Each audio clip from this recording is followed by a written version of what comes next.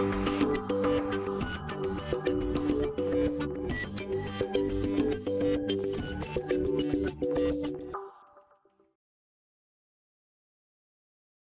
you very much. Thank you so much, Jose. Very good. Here, yeah. And the time is yours. Thank you, thank you, thank you. So very good afternoon to all of you, and many thanks to Professor Jose for the kind words of introduction. In fact, my interaction with your university started with the visit of Antonio to our university 10 years ago. Antonio visited my laboratory as an invited speaker in Kottayam, Kerala. So I came to Madrid this time to attend the fellowship meeting of the European Academy of Sciences in UPM. I wrote to Antonio, and many thanks to Professor Antonio for organizing this meeting. And what I'm going to do first is I will show you a few slides to take you to India.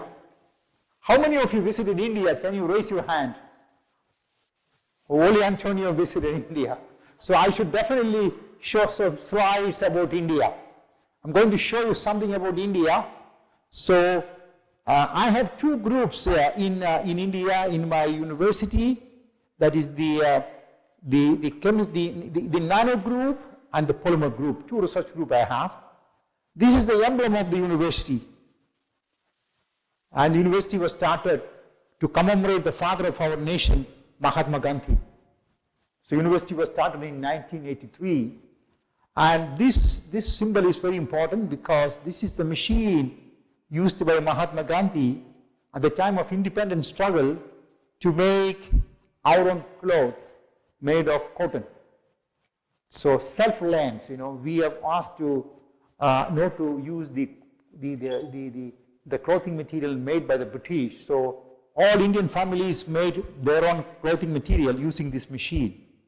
So that's why this has become a symbol of our university. Let me show you where I am from. This is actually a map of India.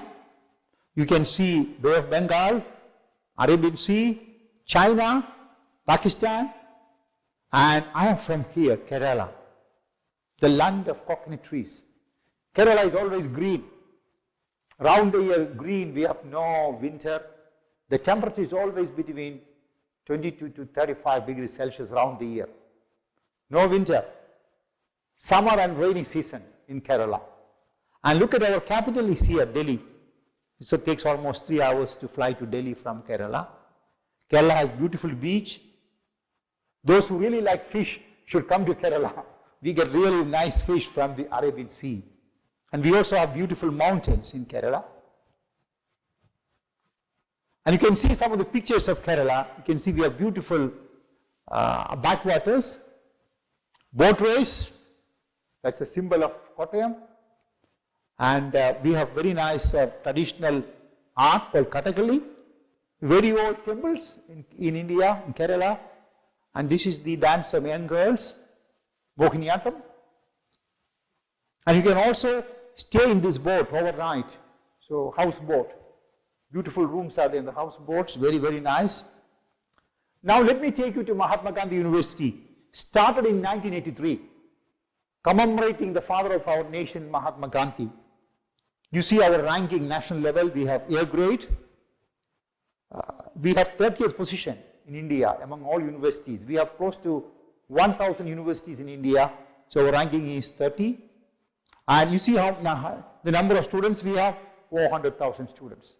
So it's a huge university with a large number of satellite campuses and colleges.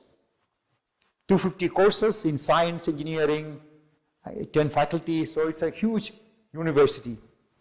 Look at our ranking again. We are the best university in Kerala with an H-index of 35. So universities ranked based on H-index in India. Let me now take you to chemistry, where I started my career in 1987. In chemistry, we have polymer, organic, inorganic, and physical chemistry. Look at our division of organic chemistry, physical chemistry, polymer. I am in the branch of polymer. We have master program, We have MPhil program, which is 1 year. This is 2 years. We have integrated master PhD, 5 years. We have MTech engineering program, 2 years. And we have very active PhD program. These are the programs of chemistry. Look at the chemistry faculty members. I'm also a faculty of the chemistry. And chemistry is also well equipped. We have many, many beautiful instruments. Now let me take you to Nano Center, Nanoscience and Nanotechnology Center. We started in 2009, and I initiated this center in Mahatma Gandhi University, and eventually it became international and inter-university center for nanoscience and nanotechnology. You know, nano, what we do is, it is truly interdisciplinary subject. We collaborate with all the schools in the campus. So nanoscience and nanotechnology is truly interdisciplinary, center. We work on nanomaterials, we work on nanochemistry, we work on energy, solar systems, we work on biology, we also work on social aspects of nanoscience and nanotechnology. We offer MS in nanoscience and nanotechnology, integrated master PhD, MPhil, diploma, 3 months program in nanoscience, evening program, and very active PhD program in nanoscience and nanotechnology. This is also a well-equipped center. You can see we have high-resolution transmission electron microscope, polymer processing machines, X-rays, and we have lots of cooperation. Nano Center has lots of cooperation with all the continents across the globe. We have a very interesting program called Nobel Laureate Erudite Lecture Series. Our last professor was Ada Yonat from Israel. She came in 2019, the beginning of 2019. She spent a week in our campus. So we have Nobel Lecture Series in the campus. We have other erudite professors. Professor Rao is a regular visitor of our university. Professor René Muller from France. Professor Manfred Stamm. So many people come to our campus. I am going to Siberia because we have active cooperation going on with Professor Volova. From here I will go to Moscow, then to St. Petersburg, and finally to her laboratory. I'm going to stay with Professor Tatiana for a week. We have a very active cooperation going on sustained release of fertilizers and pesticides. We have active cooperation going on with Professor Ruxel in Nancy, with Slovenia, with the Indian professor from IIT Chennai. We have an active cooperation with Department of Chemistry in IIT Chennai, Raman Research Institute, Polish Academy of Sciences, with Austrian group. So the vision of the Nano Center is eventually we will have 5 divisions, active in chemistry, materials, nanocomposite, biology, green energy. So I'm going to talk about a little bit of nanomedicine, nanobiology today. If you look at my activity, I'm very active in the area of polymer blends, in the area of composite materials, nanocomposites, aging process, membranes, then interpenetrating polymer systems, double networking of elastomers, vulcanization process, recycling, electrospinning. I'm going to talk about today electrospinning, how electrospinning could be utilized to make exciting material for tissue engineering. These are some of the work I'm going to show you here. We have many, many cooperation with companies, many, many organizations. This is something very, very, very general. So this is our recycling program. We work with waste plastics and transform into value-added material. We have very active recycling program of waste plastics. Tissue engineering, I'm going to talk about today here. Sensors, we are active on sensors. You can see pressure sensors, chemical sensors. So we are developing variety of sensors. Green tire, we work with the tire company in the country. We have a big project on green tires. So we also publish quite a lot of papers. You can see our activity publication profile. We publish quite a lot of papers actually and several patents. This is my group in chemistry. Mostly PhD students and postdoc. This is our group in nanoscience. So I have 2 important groups, the chemistry group and nanoscience group. I am also editor of nanostructures and nano object. Those who work on nano, you can send your article to this journal. The CITES code is now 4.25. Traditional journal, no fee. So the impact is going up, this journal. So those who work on nano, you are requested to send. If you're interested, send your article to this journal. You can see my my former PhD students, several students graduated from me, very close to 100 students graduated from me, PhD students. So they're all my former students. And you can see my current PhD students, my current postdocs, the 4 postdocs I have. International collaborators, several international collaborators I have. Yves Grohens from France, Manfred Stamm, Brazil, South Africa, Russia, Slovenia, France, Slovenia, Malaysia, Australia, France, Czech Republic, Poland, Italy, Singapore, Sweden. So I have many collaborators across the globe. And you can see my funding. I'm also highly funded by the government of India and private companies. See our Apollo tires, MRF tires, General Cables United States, DuPont, Surface Fleet. So several companies actually support us. We are also active in editing and writing books. You can see some of the books we have. This is done with my French colleagues. This is done again with my French colleagues in Paris 12. With my good friend in Japan, we edited a book on composite with Wiley. Again with my good friends in France. So we are very active in editing and writing books. So we have a conference coming up. If you're really interested to come to India, please. We have a beautiful international conference on liquid crystals and nanosystems coming up in Kottayam, December 13, 14, 15, 2019 in December. Those who are really interested in this topic, most welcome to Kerala. So that's all the first part of my presentation, to take you to our place. And my second part, yes, the title of my presentation today is slightly different. I modified Engineering at the Nanoscale, a strategy for developing high performance functional biomaterials for tissue engineering. My group is quite active in the area of tissue engineering, basically to develop nanostructured materials for scaffolding application, principally for wound healing application. You can see a picture. This is our electrospinning setup. You see, we do this sort of electrospinning setup, and then we have made beautiful scaffold, and this scaffold could be utilized for tissue regeneration. That's a talk I'm going to make today. And those who are really interested to look at my area, you can see www.sabuthomas.com and iiucnn.com. So you can look at my activity from these websites. First of all, the slide is why scaffold. Scaffold actually provide a platform for cell function, cell adhesion, and cell transplantation. That's the meaning of actually, the scaffold function. And scaffold has to disappear after a few months. When the cells grow, the scaffold has to disappear. So what are the requirements of a scaffold? Good biocompatibility is extremely important. Large porosity, then only the cells can grow. Well interconnected network structure. Biodegradability is very important. Good mechanical properties, otherwise it cannot sustain. Diffusibility to the matrix, and provide good attachment with cells.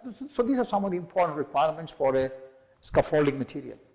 You can see some of the scaffold. This is actually electrospun system. You can see hollow systems. And if you look at all the scaffolds, the encourage cells to grow. See, these are all porous structure. So we need pores for the cells to grow. Two types of pores, the macrospores and microspores.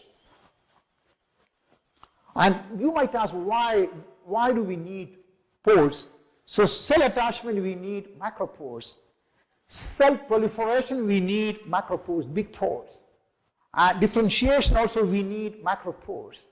But for transporting, for pathways for fluids and waste, we need nanopores. And tissue regeneration need macropores. So we need both the nanostructured pores and macropores. And how do we why do we need fiber structure? Fiber structures are extremely nice because fibers are very beautiful material for scaffolding, and the reason is, that can give rise to high porosity. You can generate variable pore distribution, a high surface to volume ratio. These are some of the advantages of fibers. Then how do you make these sort of nanofibers? Nanofibers could be made by drawing process. You draw the fiber, or you can make by template synthesis. You can make by phase separation process. You can make by self-assembly process. You can also make by electrospinning. I'm going to talk about electrospinning today. So there are a variety of ways you can make nanofibers. So if you look at electrospinning, if you trace the history of electrospinning, it was actually observed by Rayleigh in 1987, and first patented by Fromhals in 1934. That is the first patent. And what you really need is a high voltage power. That's one of the requirements. A spin rod and a collector plate. These are the requirements for a electrospinning system. You can see our electrospinning system. You can do a downward spinning or a horizontal spinning. So there are a variety of ways you can do. It could be different geometry. You can have different geometry. See, look at this horizontal geometry, electrospinning. You can have sheath and core configuration. You see, you have a double setup. You see, this is a syringe here, and there's another syringe here, and then you can have a core and a sheath. The core could be one material, and the sheath could be another material. So you can have sheath and core configuration process. Of late, people are really interested in polymer nanocomposite scaffold. You put nanoparticles into this scaffolding material before spinning. So you can make polymer nanocomposite scaffold. I will show you what we do is, if you make polymer nanocomposite scaffold, you have a lot of advantages. You have good degree of reinforcement, good heat stability, good flame resistance, good biocompatibility, good wound healing. There are lots of advantages. And what are the potential nanomaterials for electrospinning? One is nanotubes, graphitic platelets, nanotalc, synthetic or natural clays, or you can use cellulose, nanocellulose. We are quite active in nanocellulose. You can also use different types of metal oxide. There are a variety of nanoparticles which could be added into polymers to make polymer nanocomposites. So how do you do this on electrospinning setup? Or how do you do the electrospinning? We disperse filler in a solvent. It could be metal oxide, it could be nanocellulose, then polymer in another solvent. You mix them together and we make a slurry.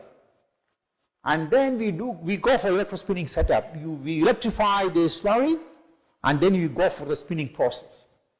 So there are several parameters you can adjust. You can adjust solution parameters, you can adjust the operational parameters. There are a lot of things you can do when you do the electrospinning process. Effect of polymer concentration. You can change the concentration of the polymer. Effect of filler content. If it is clay, you can change the clay contents.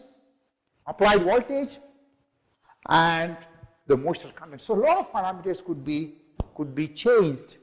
Look at some of our recent studies. What we did is, this is effect of polymer concentration. You can see 2 weight%, 4 weight%, and 8 weight%, 10 weight%. See small concentration, small 2 weight%, you see lots of bead formation.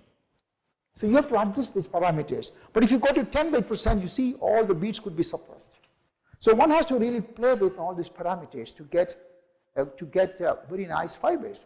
Look at this. This is actually quite interesting. Effect of clay content, nano clay content, nano filler. You can see the first one is without any clay, and the B is 1 weight% of clay. We found that when we put 9 weight% of clay or 5 weight% of clay, we got beautiful nanofibers. So you can change the filler contents. Look at the applied voltage. The solution has to be electrified. If you don't electrify, then you don't get the nanofiber. The interfacial forces could be overcome by the electrical forces. Then only you get nanofibers. You see, 8 kilowatt, 15 kilowatt. 15 kilowatt gave beautiful nanofibers. So you have variety of factors. So my PhD students, I'll show you the PhD work of one of my students, although he defended recently. Look at solution concentration. You see, as you increase the concentration, the polymer concentration, you can see the average diameter actually increases. If you look at the voltage, you can see a slight variation with respect to voltage. You can change the clay content, the filler content. You see, as you decrease the filler content, you have a variation like this. So you have variety of possibilities to make beautiful fibers. I will show you another interesting slide. This is actually electrospinning of thermoplastic polyurethane. The first one is actually unexfoliated graphite. You can see the unexfoliated graphite after electrospinning. Polyurethane electrospinning, you can see the graphite is not really well dispersed. But if you look at reduced graphene oxide, look at this is graphite, this is thermally expanded reduced graphene oxide. You see beautiful dispersion. If you look at the first one, this was made by mechanical mixing, and if you look at these two, made by solution mixing process. So we have got very good dispersion of the clay, of the graphite. If you look at this one, this is actually the electrospun polystyrene fibers. See, this is neat polystyrene. This is the second one is 1% of clay. The third one is 4 weight% of clay, and this is 8 weight% of clay. So you can see that 1 weight% of clay, the dispersion was very good. As you increase the clay content, we found lots of agglomeration of clay platelets. This is a very interesting slide. Humidity, when you do electrospinning process, you can change the humidity of the chamber. See, look at the first slide. The first slide is actually, this is the change in humidity. The first slide is less than 25% of humidity. You don't see any holes on the fiber. This is one individual fiber. But if you increase the humidity on the chamber, you see lots of pores on the fiber surface. You might ask why. When you do electrospinning process, the solvent will evaporate. When the solvent is evaporated, what happens? There is a lot of cooling on the surface. So if there is moisture, the water vapor will condense on this fiber surface, and that will make holes. So this is quite interesting. You can make lots of pores on the fiber surface by playing around the moisture contents. So electrospinning is a very interesting operation. You can play with the voltage, you can play with the solution concentration, you can play with the moisture, and you can control the fiber geometry. You can see this is electrospun fiber, lots of small nanoscopic holes on the fiber surface just by controlling the moisture on the electrospinning chamber. Look at the IFM picture of the small pores on the fiber surface. You can also make dual porous structure, the macro pores and nano pores. What you do is, this is a very interesting slide. You can see this is electrospun fiber and lots of nanoscopic pores on the fiber surface. So lots of geometrical changes could be done by controlling the electrospinning parameters. This is again a very interesting slide. Look at this is actually the water contact angle of, the first one is the PLLA, polylactic acid. This is PLLA with hydroxyapatite. Look at the next one, PLLA with the collagen. When you treat with the collagen, the electrospun fiber containing collagen, you can see the water contact angle is reduced. And the last one is PLLA, collagen, and hydroxyapatite. So one can make the surface more hydrophilic by putting several types of additives like hydroxyapatite or collagen. You can see the water contact angle is very much decreased here. So this is lots of surface modifications could be done by incorporating a variety of agents. It could be collagen or it could be hydroxyapatite. Look at the mechanical strength. This is also quite important. Look at the stress strain behavior of the material. This is PCl. The black one is the neat PCl. You can see this is the neat PCl. And you add a little bit of a carbon nanotube. Carbon nanotube fill, multi-wall carbon nanotube fill electrospun fiber. Once you increase the carbon nanotube, you see you have an increased mechanical strength. The modulus and strength increases. But if you put too much of carbon nanotube, what happens? You see the properties decrease. You know why? Carbon nanotube undergo agglomeration. So just 1 or 2%, you get much improvement. But if you put lots of nanomaterials inside the polymers and then you do electrospinning process, the property rather decreases because nanofillers aggregate. In vitro degradation is a very important thing. Once you make the scaffold, you put it into the body, the scaffold has to disappear. That's extremely important. I have a very interesting slide. This is actually PCL. This is actually neat PCL. Look at the weight change, the disappearance of the sample as a function of time. Neat PCL, the weight change is very minor. But if you put a little bit of multi-volt carbon nanotube, you can see the degradation is much faster. This is again a very important point. Once you put the scaffold in your body, the scaffold has to disappear after 6 months or after 3 months. But when you put nanoscopic filler, the rate of degradation, the in vitro degradation becomes much faster. I want to show you some of the wound healing activities. We are quite active in using this material for wound healing. Cell migration, cell proliferation, and vascularization. This is extremely important. You can see we work with the guinea pigs. We make sacrificial cut on the wound on the guinea pigs, and then we close the wound with this tape we have made, electrospun tape. And you can see this is our manufacturing process in my laboratory. This is our electrospinning setup, where we can control all parameters. This is our electrospun fabric. Very often we also use nanoparticles during spinning. This is the internal structure of this fabric. You can see it's highly porous. And you can see our sacrificial wound is made. The wound is closed by this tape. And you see after 2 weeks what happens? The wound is completely closed and without any scars. That's the beauty of the system. Normal wound healing, you can see scar formation. That's not very desirable. So look at, there are no scars. And you might, why? Because when you have this sort of material, you have excellent cell migration and cell proliferation and angiogenesis taking place. That is why you have a very good wound healing application. This is actually a scanning electron microscopy picture of our scaffolding material, which is electrospun. You can see extremely porous structure, and you can see the pore size distribution. This is actually with a little bit of nanoparticle. You can see before spinning, we put nanoparticles. This is a high resolution microscopy picture. You can see this is zinc oxide. When you put a little bit of zinc oxide before spinning and you make such a beautiful spun fiber, this zinc oxide has a very very interesting action on healing process. You see, just 1% of zinc oxide.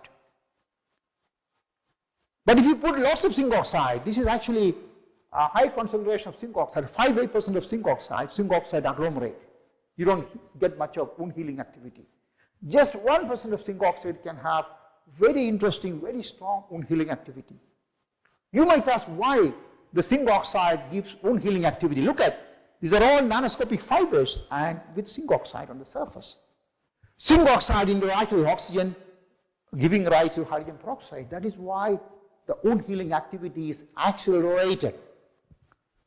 So you can see cell proliferation, cell migration, wound healing, and angiogenesis taking place.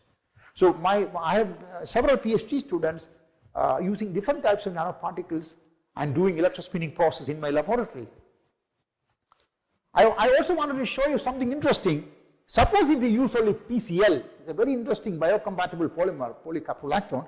If you use only PCL, and if you look at the disintegration of this material inside the body, this is actually 5th day, 10th day, and 20th day. And you can see this is with 1% of zinc oxide. 1% of zinc oxide give rise to excellent results. Cell migration, cell proliferation, angiogenesis is excellent. This is also PCL alone. PCL with 1% of zinc oxide. You see, 1% of zinc oxide is really excellent. So a very small amount of nanoparticle can give rise to exciting results. And this is also very important. After implantation, we worked with the guinea pigs. After implantation, after a few weeks or a couple of months, the scaffold has to disappear. This has to be disintegrated into carbon dioxide and water. This is with PCL alone. You see, after 5th day, 10th day, 20th day. You see, this is 1% of zinc oxide, PCL with 1% of zinc. This system disintegrates much faster than this. So this is again a very important aspect. The rate of disintegration of the scaffold could be accelerated by putting nanoparticles. It could be zinc oxide, it could be multi-wall carbon nanotube, or it could be other nanostructured materials. This is again a very important point to be remembered. We have quantified, one of my PhD students quantified the wound healing activity. Look at this is actually, this is a wound which is monitored as a function of time. You see this is PCL alone without any nanoparticle. The wound is closed, but you see a scar here. The second one is PCL with 1% of zinc oxide. Look at 1st day, 5th day, and you went up to 30th day. The wound is completely closed without any scar formation. And this is actually the positive control and negative control. So please look at the system. The PCL with 1% of zinc oxide is really exciting. And we also quantified the wound healing efficiency. If you look at the quantification, the wound healing efficiency, you will find that PCL with 1% of zinc oxide is superior to all other systems.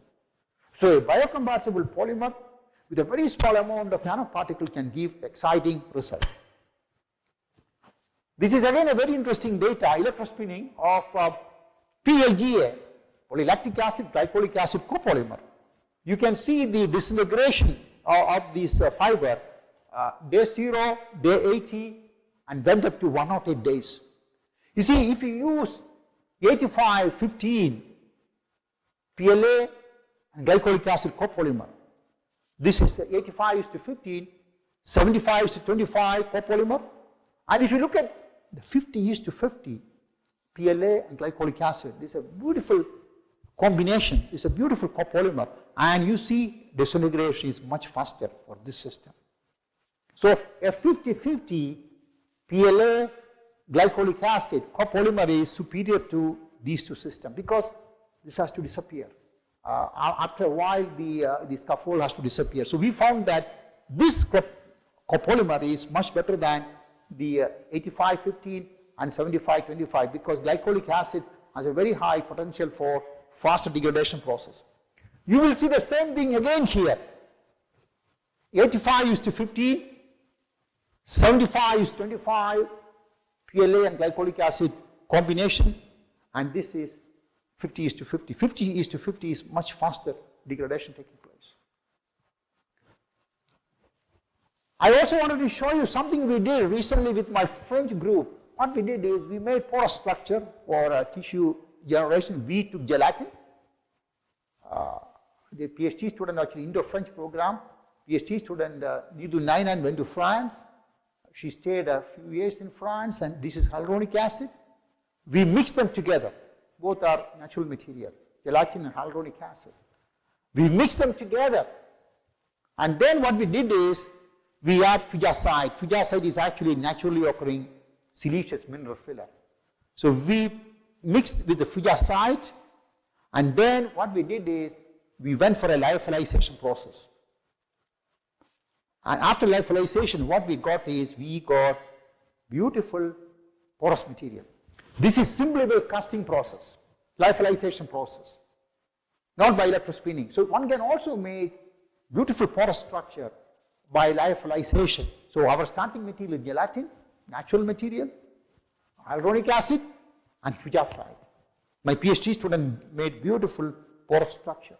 A very simple mixing process. Look at the porosity of the system.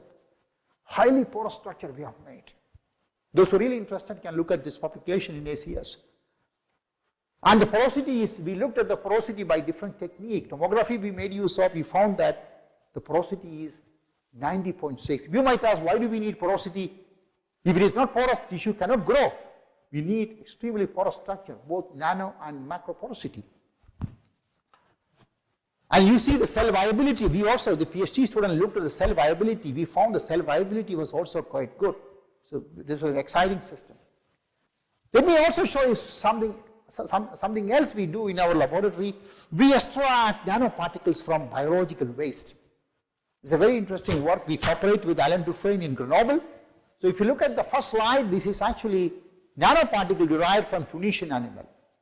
Nanoparticle derived from wheat straw. We collect wheat straw from agricultural residues or agricultural cultivation plant. We collect the wheat straw and then you do an acid washing. You can see nanoparticles from wheat straw. Nanoparticles from cotton waste. Nanoparticles from craft shell. Look at this is from craft shell. Nanoparticles from starch. So all agro waste is actually a beautiful starting material for synthesizing nanoparticles. I have many activity in this, funded by the government of India. You collect the agro waste and then you do an acid washing or cryo grinding or super grinding. Then you can make beautiful nanoparticles. I will show you some of these. This is actually a PhD student of mine. He went to Israel, right now in US. What he did is he collected banana fiber. You know, after you have the banana, you have a big waste of this. He extracted by acid washing beautiful nanostructures. You see, these are all nanocellulose we made from banana waste, stalk of the banana plant. And I wanted to show you something interesting. This is actually the sustained behavior of a neat rubber. See, rubber is quite flexible and the strength and modulus are very low.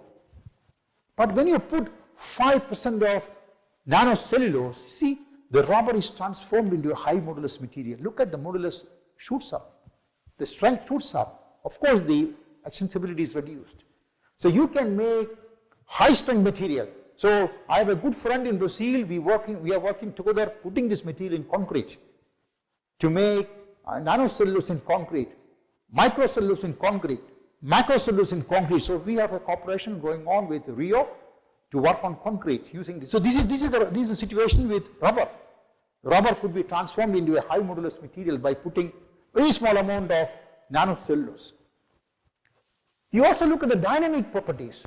We are also quite active in creep, social relaxation, dynamic properties. Look at the dynamic. This is neat rubber. See, the neat rubber cannot stand beyond 300 K. But we put 5% of nanocellulose. Look at the rubber is transformed into a solid-like material. This can withstand up to 500 K. This is the beauty of nanocellulose. Because when you put nanocellulose into a polymeric matrix, nanocellulose forms its own network inside the polymer matrix. That is why the weak rubber is transformed into a solid material. See, the dynamic modulus is unaffected by temperature, up to 500 K. We also did something with the Brazilian group. My Brazilian colleague made medical grade polyurethane. That's a very important polyurethanes have lots of application. So he made medical grade polyurethane. And my PhD student extracted nanocellulose from pineapple leaf. You know, we have lots of pineapple cultivation in Kerala. After the pineapple is taken, everything is waste. So he extracted nanocellulose from pineapple. And look at what happened when you put just 5% of nanocellulose into polyurethane. 30.5 was the E modulus of megapascal, and this became 992.4. The quantum jump in modulus by putting nanocellulose. And we continued this work with the Brazilian group. We made nanocellulose, polyurethane, prosthetic heart valve. So there was a long cooperation with the Brazilian hospital, and we come out with a heart valve with several patents, and then this has been eventually published also. So nanocellulose give lots of opportunities for tissue regeneration and manufacturing of many biomedical components. Look at this picture. This gentleman is actually suffering from burn injuries in the face, and his face is covered with nanocellulose, fully covered with nanocellulose. And nanocellulose is extremely porous. And because it's a porous structure, the tissue regeneration is very, very fast. So this is a very exciting material for wound healing, especially from burns. And you can also introduce the medicine into it, and you could have a very beautiful, delayed, controlled release of medicine. I'm going to conclude my lecture. Electrospinning is an exciting technology where you can do lots of things. You can do tissue engineering, you can make tissue engineering scaffold, you can make beautiful wound healing, you can have controlled release of drugs. We also do filtration, we can also do filtration process. You can also make sensors. You can also use as battery separators in batteries, as batteries. So lots and lots of applications for nanocellulose. So we are quite active in a variety of this field. And I would like to acknowledge my good friends, Nidhu Naidan was in France for Indo-French program, Robin Agustin, Eldo Elias, he recently defended. My colleague Nandakumar Kalvikal, whom Antonio met when she came for the conference, DST Nano Mission supported me with a lot of funding, and all the funding agencies, including the Academy of Sciences, industrial funding, and my beautiful collaborators, Yves Brohens, Didier Ruxel, Professor Wong in Unitech Mara, University Technology Mara, and our medical school, Medical College Pushpagiri Medical School, they helped us to do a lot of in vivo measurements. And this is my group in chemistry. You can see our collaborator from France came. We have a beautiful photograph. Antonio, our seminar was here in this building when you came. Yes, the School of Chemical Sciences. And this is our nano group. Now my colleague is actually heading this group, nano group, and our university. Very welcome to Kerala. We have a lot of things to see. And our future conference. Thank you so much.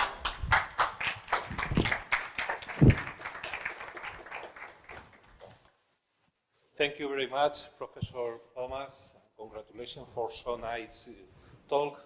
I'm sure that every of you have enjoyed. Almost I have enjoyed a lot of things because we are starting to work also in polymers. I hope that you could see our lab later. Sure.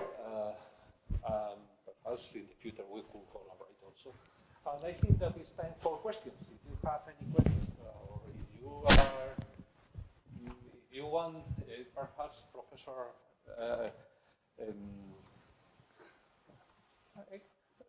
Pacios can help you with the English if you don't want to speak English in public or something like this. If you have any questions, you can say it in Spanish and we can translate to English. No questions? No?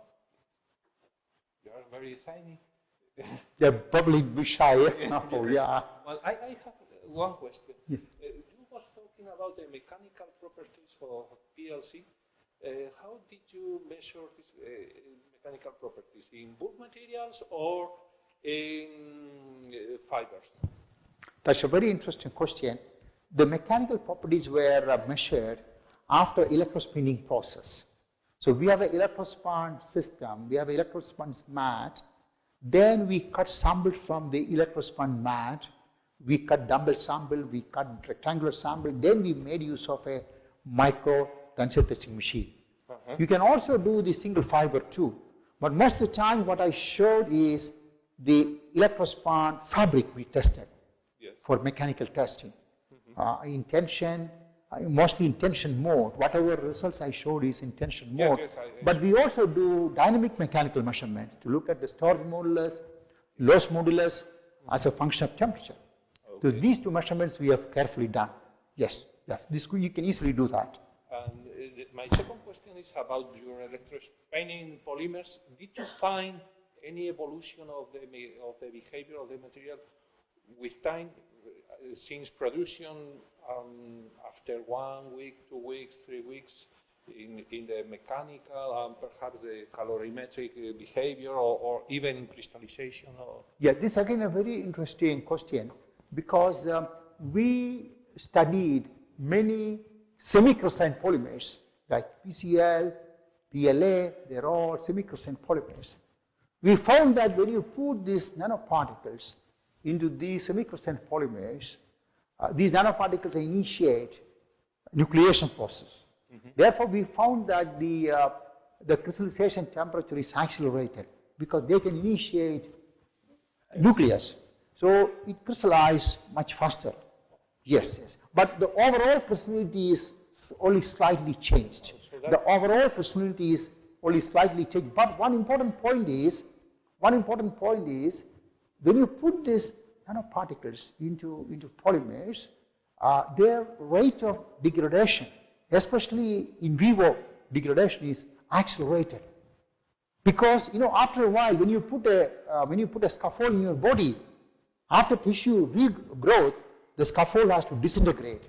And we found that when you put nanoparticles into PCl or PLA, the disintegration is accelerated. That's very, very nice because the scaffold has to disappear. It has to be transformed into hydrogen, water and carbon dioxide. So this is a very nice point, putting little bit. Additionally, when you put nanoparticle like zinc oxide, the wound healing is activated and no scar formation. See, normal wound healing, when you put a chip, you have a scar, but you can also avoid scar formation. Yeah, yes. So that even you, with the production process, you can even perhaps control the crystallization. Yes, yes, you can. Crystallization, you can control the rate of degradation process. Yes, yes. This is the filler is very, very important. Yeah, filler is very, very important. Yes. Do you have any additional question? Only me? Well, yes, the students can ask me. You can definitely, yes. Yes, yes. Excuse me, I'm going to give you a... Yeah.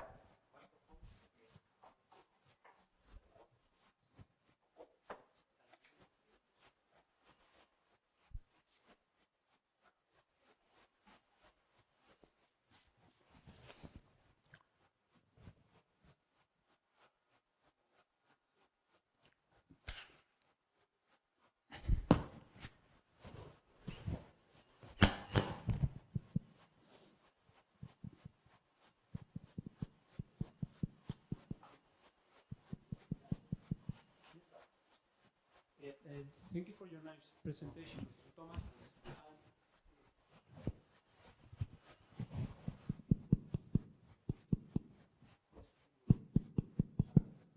Thank you for your nice presentation. I would like to ask something about the reinforcement of the concrete.